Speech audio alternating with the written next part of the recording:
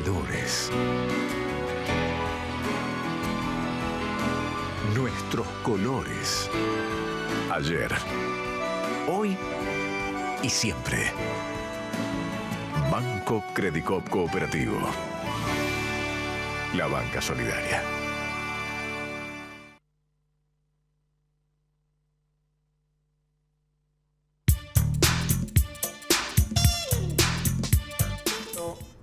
Estoy contento. Contento no, más o menos. Buenas, ¿cómo le va? Buenas tardes, bienvenidos a la Cultura del Trabajo. Han pasado varias cosas esta semana y no que tienen que ver con la vida. Falleció el ministro de la Corte, el doctor Petracchi, falleció Antonio Cafiero. Pero, digamos, más allá de esto y de las disquisiciones que se pueden hacer alrededor de ambos personajes, hubo otra noticia que me imagino que mi compañero de programa, el jefe de este programa, debe haber causado un cierto... Porque la semana pasada hablamos de la injusticia argentina respecto a este personaje nefasto de la historia argentina de los últimos 40 años, Domingo Felipe Cavallo. Acaba de ser sobreseída en una causa que tiene que ver con el gremio del señor. Yo no la voy a llamar señora, otro personaje nefasto, María Julia Alzogaray. ¿Cómo le va? Buenas tardes. Y mirá, vos sabés que esta mujer se venía con un guardia personal que se llama García Huidobro. García Huidobro. Y se hacía llamar MacGyver. Y andaba con una picana y la mostraba a todo el mundo en los ascensores. Estamos hablando del año 1990. No, 90, no estamos hablando de los 70, del 77, 78. Bueno, con estos personajes, con el que era interventor de Minoridad y Familia, un tal Jaime Fox, en los años 70, también colaborador de la interventora de Antel.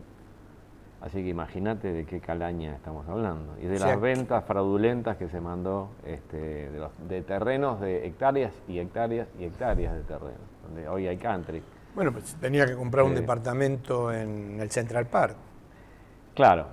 Igual digamos una idiota útil, ¿no? Además. Porque, sí, pero bueno, también estaba haciendo el juego verdadero, estaba en otro lado, ¿no? Estaba en privatizar las telecomunicaciones, claro, y dejarnos en un área estratégica para el desarrollo político, económico, integración geográfica, y que hoy, recuperado a manos de ARSAT, empieza a mostrar.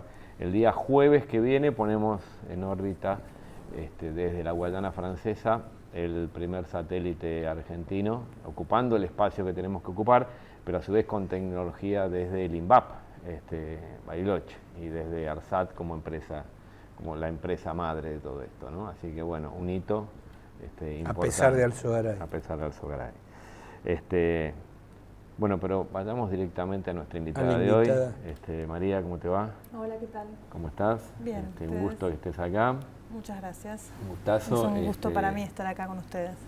Y bueno, vos sabés que estábamos mirando este tema, desayunándonos, porque la verdad uno no participa de todas las cosas que tendría que participar a fondo.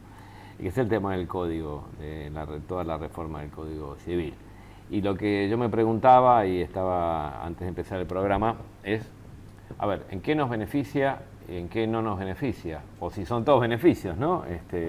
A aquellos que vivimos de un trabajo, a aquellos que tenemos un sueldo, a aquellos que tenemos una vida como la gente de a pie, ¿no? Como lo que somos.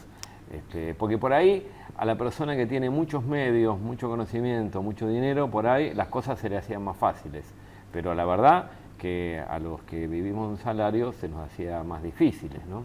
Aclará que María Rachid es presidenta también de la Comisión de Derechos Humanos de la Legislatura de la Ciudad de Buenos Aires. Bueno, una invitada de lujo. Así es. Bueno, yo creo que en definitiva el nuevo Código Civil, que entra en vigencia de todas formas en enero del 2016, Digo esto porque tenemos un tiempito para leerlo con tranquilidad. Claro, hay que esperar. Pero bueno, que fue aprobado recientemente. Yo creo que son todos avances. Algunas organizaciones planteamos algunas cuestiones que tienen más que ver con el proyecto original de la presidenta, el proyecto que presentó el Ejecutivo. Tenía algunos avances más que los que termina aprobando el Congreso, pero de todas formas lo que aprueba el Congreso es un avance en relación al Código de Vélez-Sarsfield, que es muy antiguo ya, ¿no? Que era lógico ya estar modificándolo en su totalidad. En primer lugar, bueno, hay varias cuestiones. Una de las más importantes para mí tiene que ver con la adopción. Creo que en Argentina hay muchísimos niños que están esperando tener una familia, muchas familias que están esperando a estos niños para darles amor, para compartir sus vidas, y lamentablemente esto no se daba porque los tiempos de la justicia o de la injusticia, como decían recién, son otros tiempos muy diferentes a los tiempos de un niño, de las necesidades de un niño, una niña y de las de una familia. Lo que hace el Código Civil, recién aprobado, es acortar todos los plazos. En un lapso de no más de 90 días, un niño tiene que ser declarado no en estado de adoptabilidad, y en un plazo de no más de 6 meses, un chico que es entregado en guarda tiene que tener su fallo, cuando se solicita la adopción, tiene que tener su fallo ya de adopción o no. Esto acorta muchísimo los plazos que había establecidos antes y hace que todos estos niños puedan finalmente llegar a sus familias. Esto por un lado. Después hay otras cuestiones de familia muy importantes, como por ejemplo el divorcio.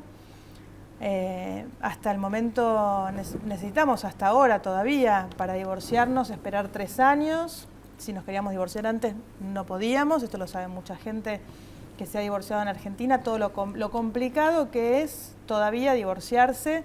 Hay que esperar 3 años, hay que generar audiencias, hay que explicar un motivo, hay que probar ese motivo. Bueno, todo esto se saca del Código Civil, no hay que esperar 3 años, uno puede divorciarse cuando quiere, puede hacerlo unilateralmente, el pedido de divorcio, y además no hay que explicar ninguna causal, porque en definitiva, si uno deja de amar y eso tiene que ser suficiente, ¿no? Claro.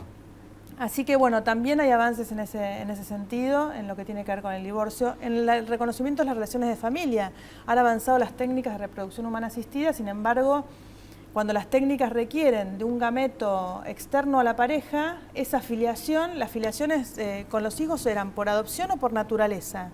Cuando se utiliza un gameto externo a la pareja, ahí no hay naturaleza, porque si uno hace un ADN, no va a estar el ADN de uno de los dos, y tampoco hay adopción, por lo tanto tampoco estaba reconocido ese tipo de filiación. El Código Civil reconoce este tipo de filiación para todas estas familias, sean de distinto, de igual sexo o incluso personas solteras, que también se les reconoce esa filiación acudiendo a una técnica de reproducción humana asistida.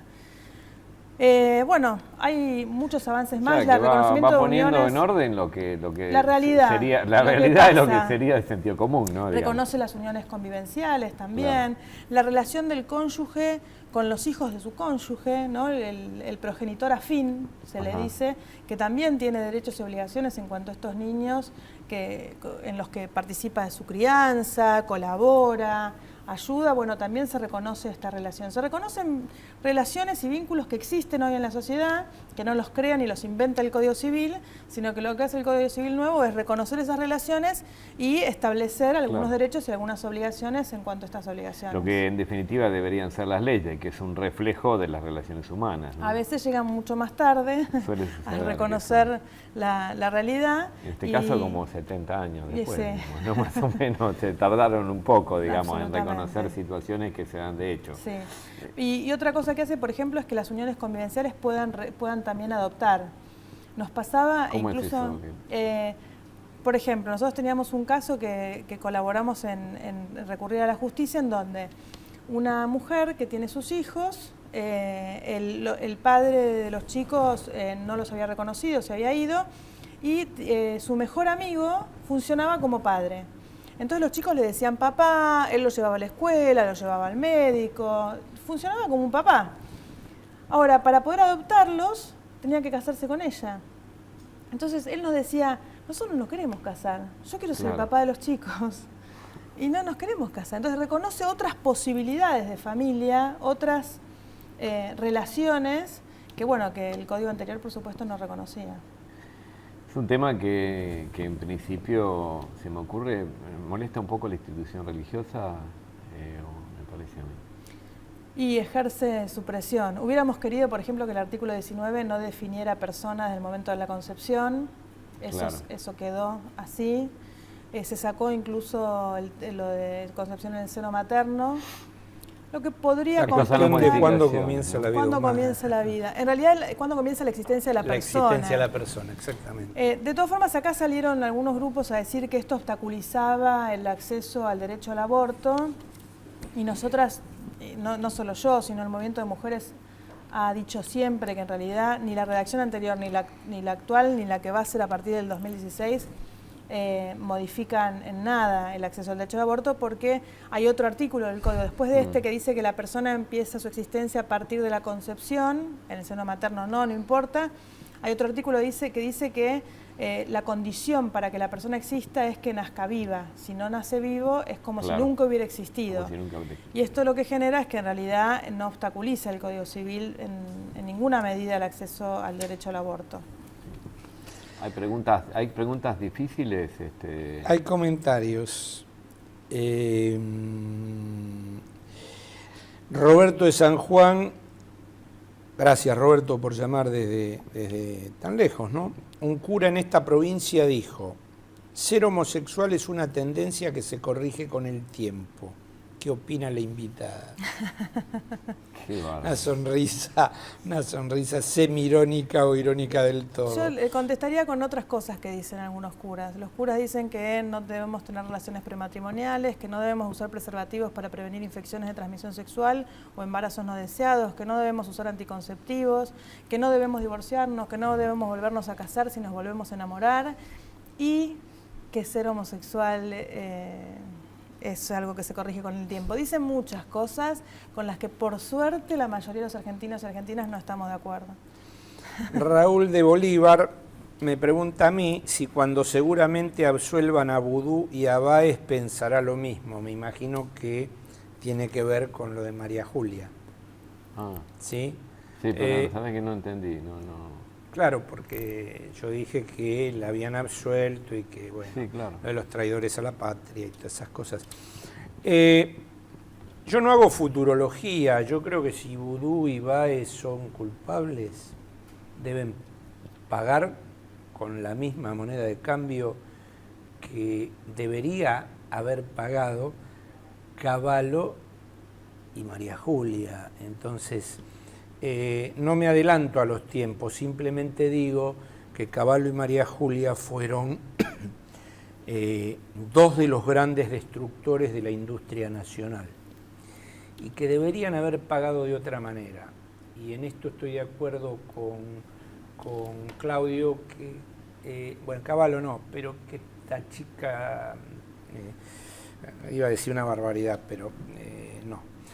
Todavía estamos en horario de protección al menor, que era un perejil a medias, digamos. Yo creo que era una ensalada de perejil, pero que respondía a intereses mucho más fuertes.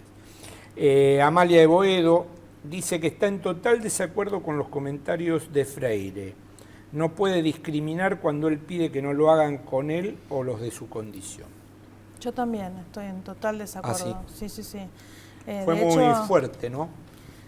Fue muy fuerte. Me parece que relacionar el VIH-Sida con la muerte es algo que hace muchos años ya sabemos que no tenemos que hacer, sobre todo las organizaciones que trabajamos en estos temas. Que expresarse así con respuesta a una opinión política, sea cual fuera esta opinión, me parece que es muy desafortunado, que no corresponde, que no está bien, y que es jugar con temas muy delicados y que no se deben utilizar estos temas para responder a una opinión política, más allá de que uno esté de acuerdo o no con esa opinión política. Nosotros no estamos de acuerdo. De hecho, la Federación Argentina LGBT está sacando un comunicado de prensa porque él fue miembro de la Federación hace algunos años ya, y cuando lo ponen en los medios aparece el logo de la Federación, así que estamos aclarando que nosotros tampoco estamos de acuerdo y que de verdad yo creo que se equivocó y a mí no me representan ni como Federación LGBT ni como kirchnerista Aparte lo que le dijo Aníbal Pachano, más allá de que uno pueda Claro, estar o no de puede acuerdo con estar o las no de acuerdo, apreciaciones de Aníbal Pachano. No, aparte me parece que volvemos al mismo tema que siempre, yo hace como 20 años que vengo discutiendo respecto al tema del SIDA, que tomar a los enfermos o a la enfermedad, como más te guste, como entidad, y usarla políticamente, eso se lo dije en un largo reportaje de 1 hora y media al descubridor del virus del SIDA, me parece un disparate soberano. ¿No? Yo creo que hay que tener mucho cuidado con ese tipo de cosas, ¿no? Y ahí me enteré, por ejemplo, de la diferencia que uno decía sidosos, y que sidosos era totalmente ofensivo, que el término era sidóticos. Es que ¿sabes qué pasa? No pasa solamente con el HIV, pasa con cantidad de enfermedades que o sea, lo que se hace es montar un dispositivo político. Ese dispositivo político ideológico tiene consecuencias directas sobre toda la población, pero es absolutamente adrede, no es un tema casual.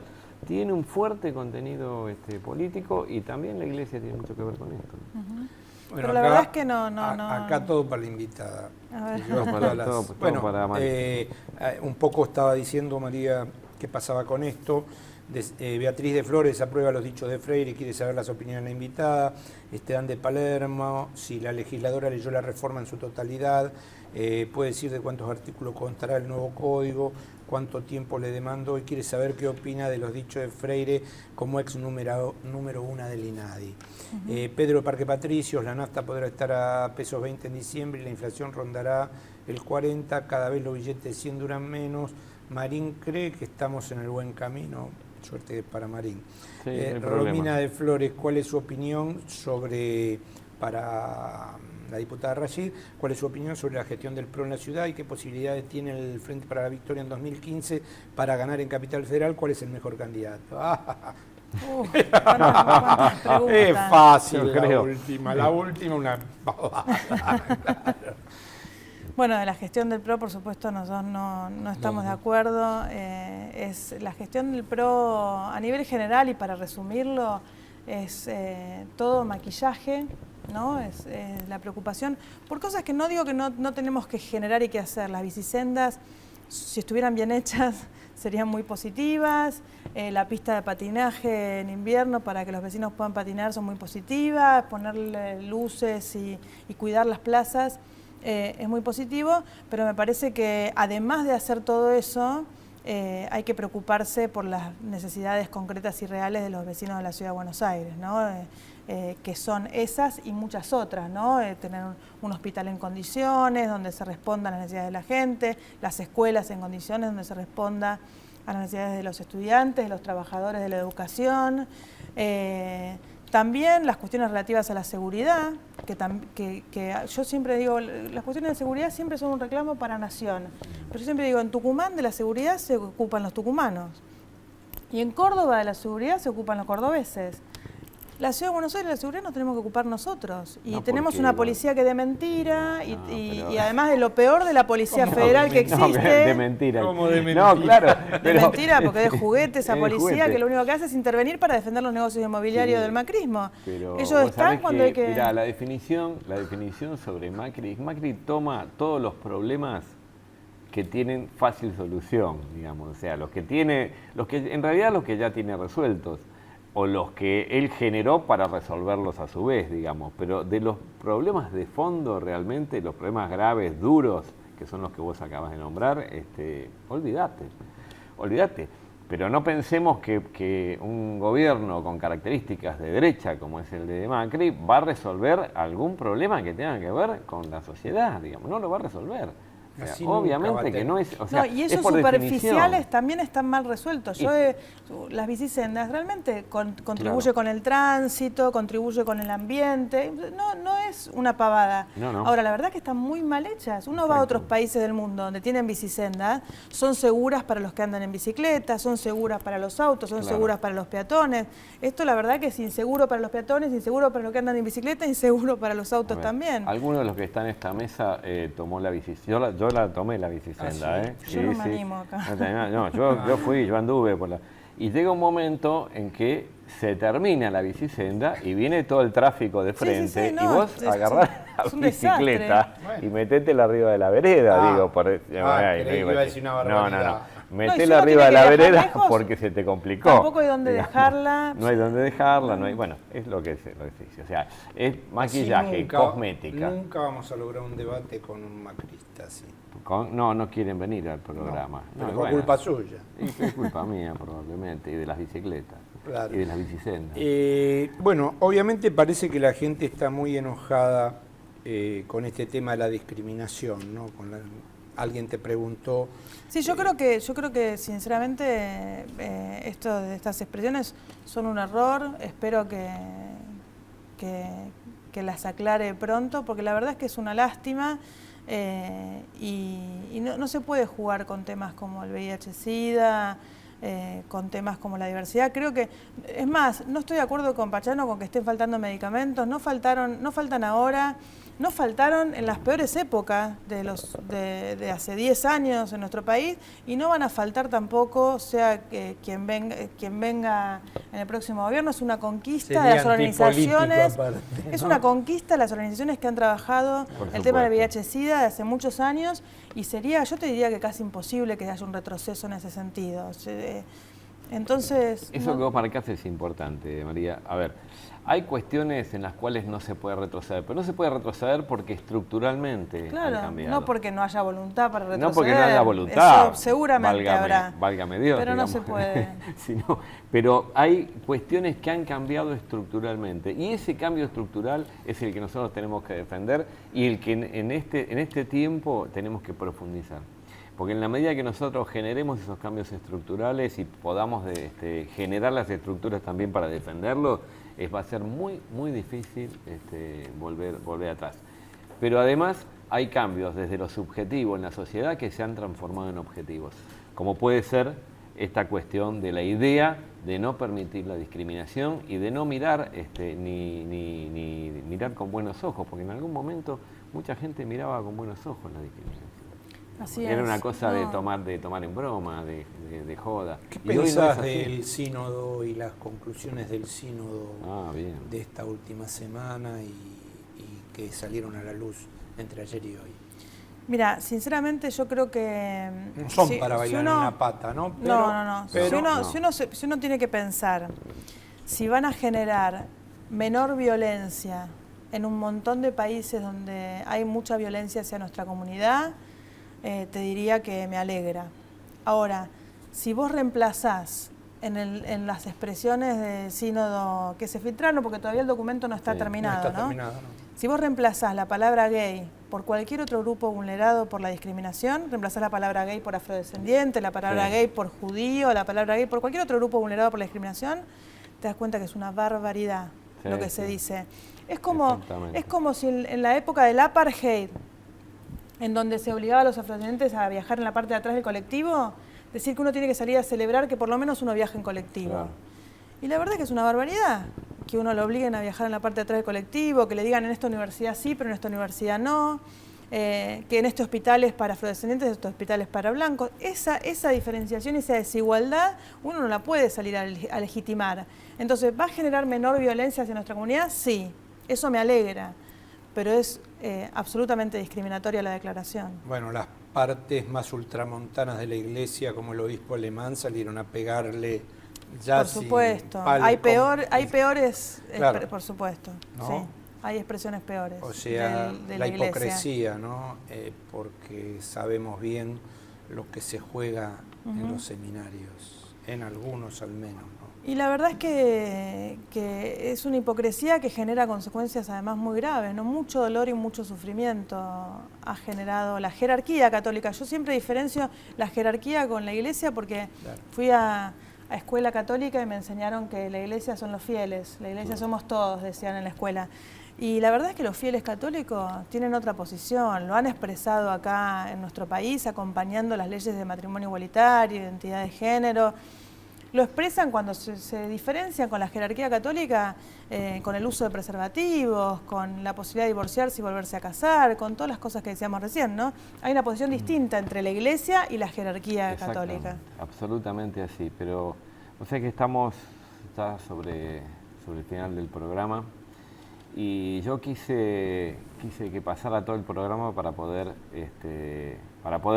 hacer una mención especial a la compañera Estela Maldonado, compañera secretaria general de la CETERA, que falleció en el día de ayer por una enfermedad.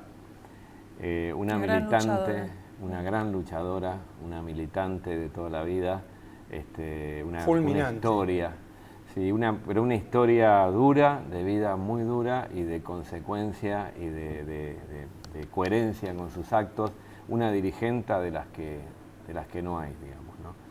Y esto hoy, todos los compañeros docentes están consternados y la despedimos hoy a la mañana en el local de la CETERA.